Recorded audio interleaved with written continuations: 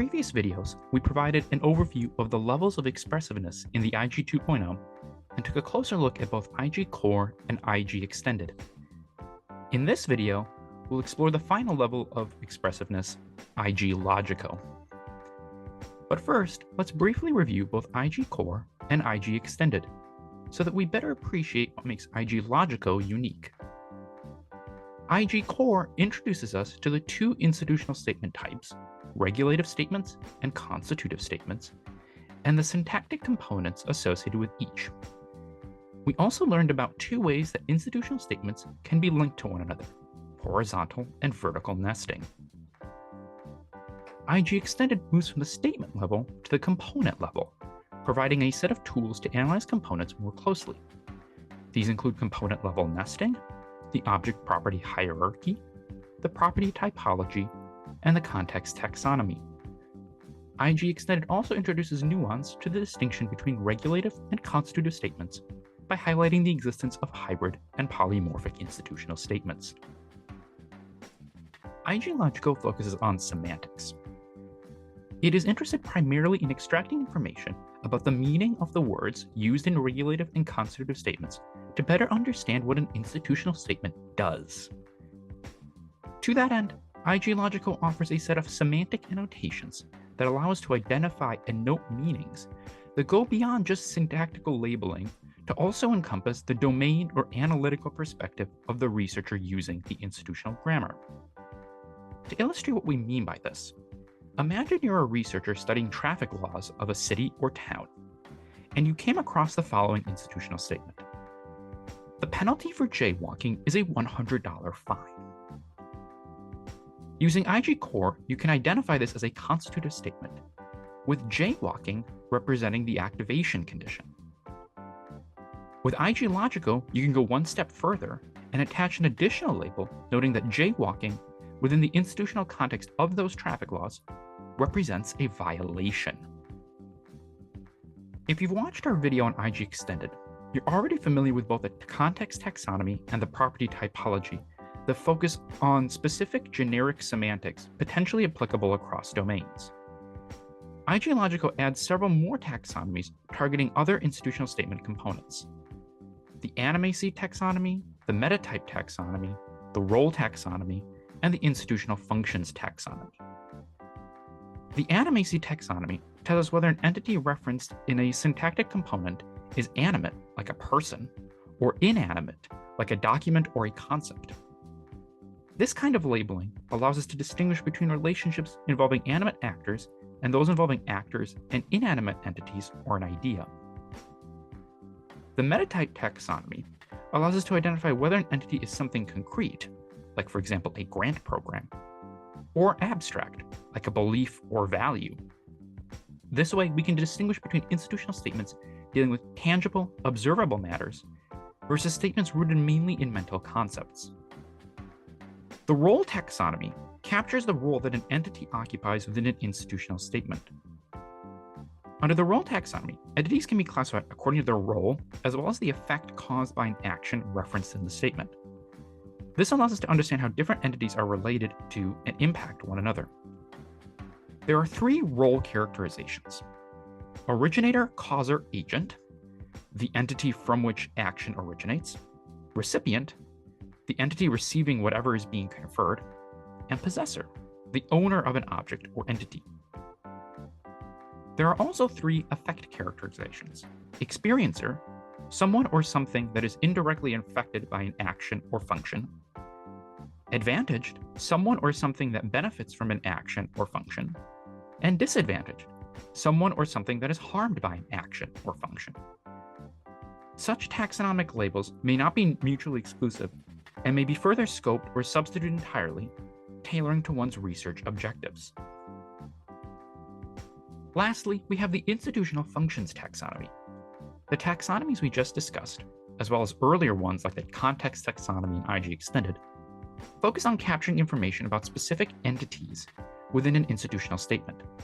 The institutional functions taxonomy, on the other hand, allows us to classify activities or functions described in the statement. There are two institutional functions taxonomies corresponding to the two institutional statement types. a regulative functions taxonomy, and a constitutive functions taxonomy. The regulative functions taxonomy offers 4 ways to label the activity described in a regulative statement's aim: compliance action, an action reflecting compliance behavior; monitor, an action reflecting the institutional function of monitoring; enforce, an action reflecting enforcement acts; and enforcement response, an action reflecting responses to enforcement outcomes. The constitutive functions taxonomy provides categories for labeling the constitutive functions component of constitutive statements. Broadly, constitutive functions can be classified based on whether they pertain to entities or institutions. Constitutive functions can define entities, they can establish relationships between them, they can describe parts of an entity's life cycle, and they can be responsible for the conferral of status. Constitutive functions relating to institutions can also describe an institution's life cycle and relationships, in addition to its intent or purpose. Furthermore, the constitutive function can provide certain information about what the institution does.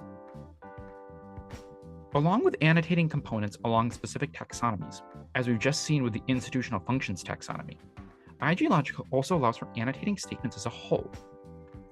Vertical nesting annotations provide greater specificity as regards institutional statements that are vertically nested.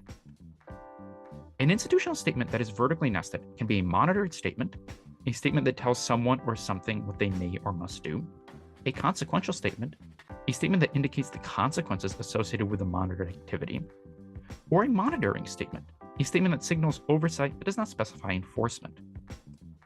Institutional statements can also be annotated based on the kind of consequences that result from them. IG Logico calls these consequence annotations.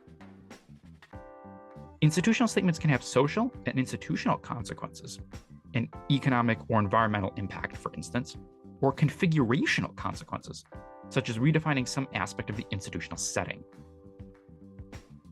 Thus far, we've seen a few ways that institutional statements can be linked to one another, such as through vertical nesting. One that we haven't discussed so far is what IG Logico calls statement references, which occurs when institutional statements invoke other institutions. This happens when an institutional statement includes mention of another policy text or some segment of it. Statement references can take 2 forms.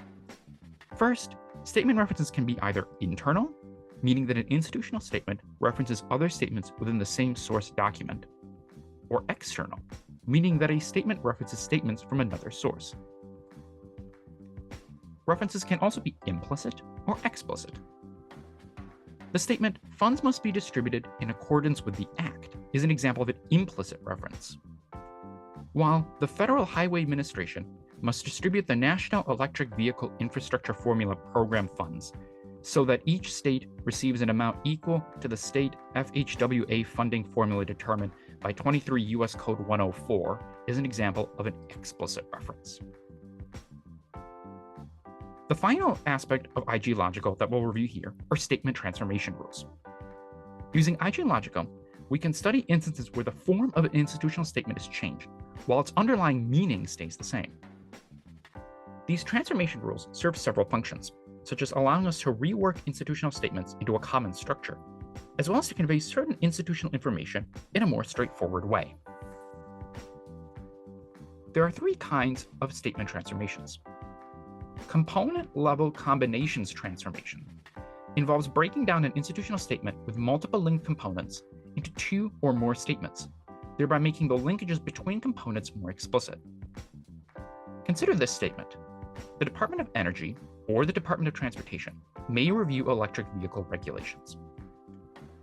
This statement has 2 attributes, the Department of Energy and the Department of Transportation, and establishes that each has the power to review electric vehicle regulations.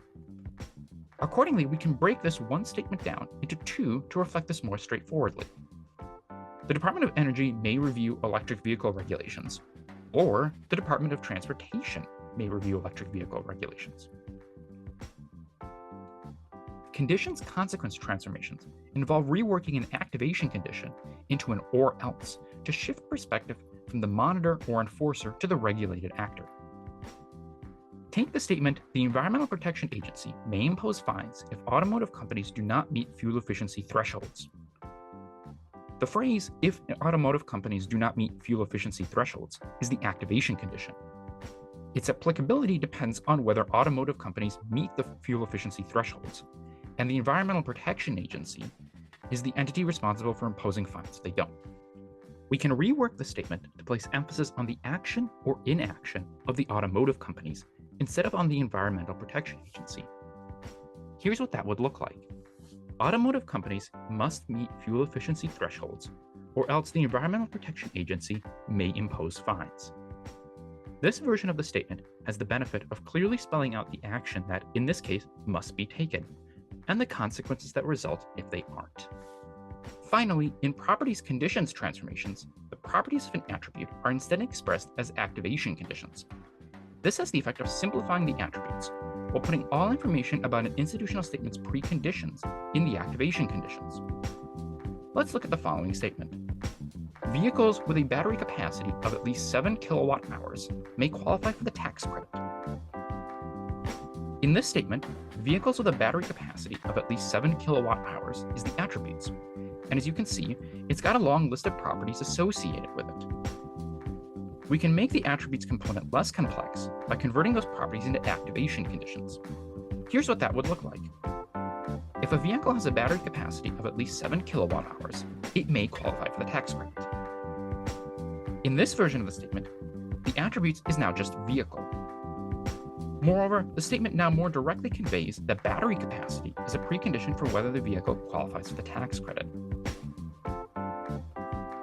IG Logico is the final and highest level of expressiveness in the Institutional Grammar 2.0. In this video, we've discussed the major features associated with IG Logico. Unlike IG Core and IG Extended, which are mostly focused on a structural analysis of institutional statements, IG Logico is interested in extracting meaning from institutional statements. To that end, it introduces several new taxonomies, animacy, metatype, role, and institutional functions, to annotate specific statement components, as well as vertical nesting and consequence annotations to annotate whole statements.